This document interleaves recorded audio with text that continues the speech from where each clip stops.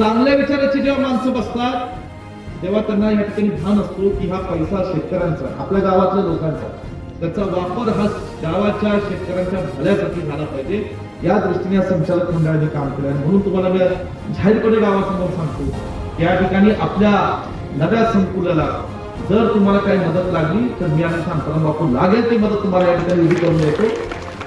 त्या सोसायटीतनं लवकर चांगलं संकुल उभं करा, त्यातनं सोसायटीला उत्पन्न मिळवा आणि त्याचा फायदा डिव्हिडंड रूपाने सभासदांना एवढं निश्चितपणे तुम्हाला सांगतो.